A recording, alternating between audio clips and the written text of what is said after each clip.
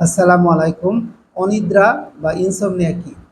সপ্তাহে 3 দিন ঘুম না হওয়া, বারবার ঘুম ভেঙে যাওয়া, ঘুমোতে সমস্যা, অল্প সময় ঘুম হওয়া, এই সমস্যাগুলি যদি কারো থাকে তাহলে তাদেরকে মেডিকেলের ভাষায় ইনসমনিয়া বা অনিদ্রা বলা হয়। একজন মানুষের কতক্ষণ ঘুমানো যথেষ্ট?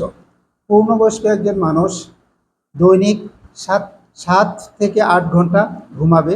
শিশুদের জন্য 9 থেকে 13 ঘন্টা, একবারে ছোট বাচ্চা যারা তাদের জন্য 12 থেকে 17 ঘন্টা ঘুম প্রয়োজন। মানুষ কেনই বা ঘুমায় বা কখন ঘুমের জন্য উপযুক্ত সময়? শরীর থেকে মেলাটোনিন নামে এক ধরনের হরমোন নিঃসরণ হলে মানুষের ঘুম আসে। আর এই হরমোনটি নিঃসরণ হয় অন্ধকার পরিবেশে, বিশেষ করে রাতে বেশি নিঃসরণ হয়, এই জন্য মানুষ ঘুমায়। তো মানুষ অনিদ্রায় কেন ভুগে থাকে? সবচেয়ে বেশি যে সমস্যার জন্য অনিদ্রায় ভুগে থাকে সেটি হচ্ছে অতিরিক্ত দুশ্চিন্তা, এক্সেসিভ অ্যাংজাইটি। যারা অতিরিক্ত দুশ্চিন্তায় ভুগেন তারা ঘুমের সমস্যায় ভুগে থাকেন। মানসিক চাপ, অতিরিক্ত ক্যাফেইন বা অ্যালকোহল জাতীয় খাবার গ্রহণ, পরিবেশগত কারণ, অর্থাৎ আপনার বাসা এমন পরিবেশে ট্রেন যায় যার ফলে শব্দ হয়, ঘুম হয় না, অথবা বাজারের পাশে বাড়ি, আপনার ঠিকমতো ঘুম হয় না, আপনার ডিভাইসে আপনি আসক্ত, অ্যান্ড্রয়েড ফোন নিয়ে আপনি পড়ে থাকেন, আপনি যখন ঘুমান তার 5 মিনিট আগেও আপনি ভিডিও দেখেন। বিভিন্ন গবেষণায় দেখা গিয়েছে যে কেউ যদি এরকম ভিডিও দেখে তার এই প্রভাবটা 8 ঘন্টা পর্যন্ত তার মস্তিষ্কে থেকে যায়। তো এই যে আপনাদের অনিদ্রা, এটা আপনি বুঝবেন কিভাবে?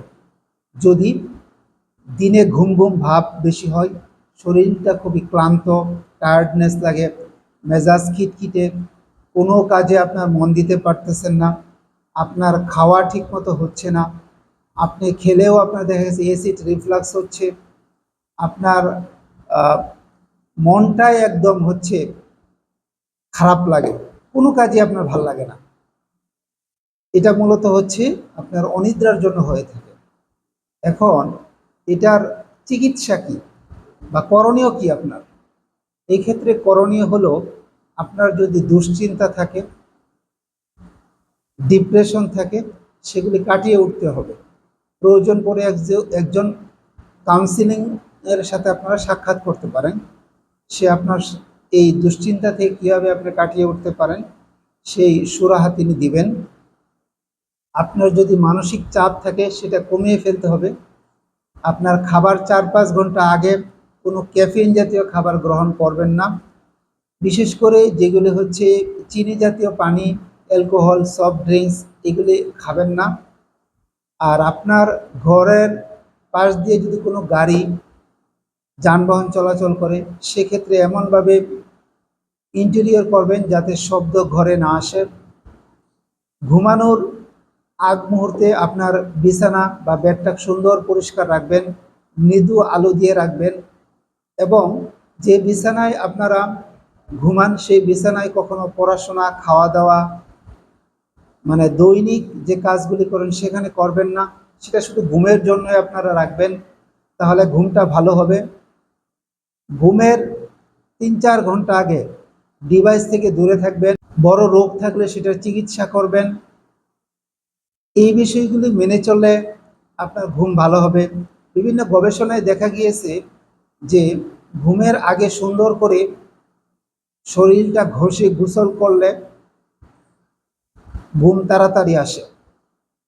আবার কিছু খাবার আছে যে খাবারগুলি খেলে ঘুম ভালো হয়, কারণ ওই খাবারগুলি খেলে আপনার যে মেলাটোনিন যে হরমোন, এটার সিক্রেশন ভালো হয়। যেমন কলা, বিভিন্ন সামুদ্রিক মাছ, ওটমিল, এই খাবারগুলি খেলে আপনার মেলাটোনিন সিক্রেশন বেশি হয় এবং ঘুমটা ভালো হয়। সবাই ভালো থাকবেন, সুস্থ থাকবেন। ভিডিওটি কেমন লাগলো জানাবেন। আসসালামু আলাইকুম। ধন্যবাদ।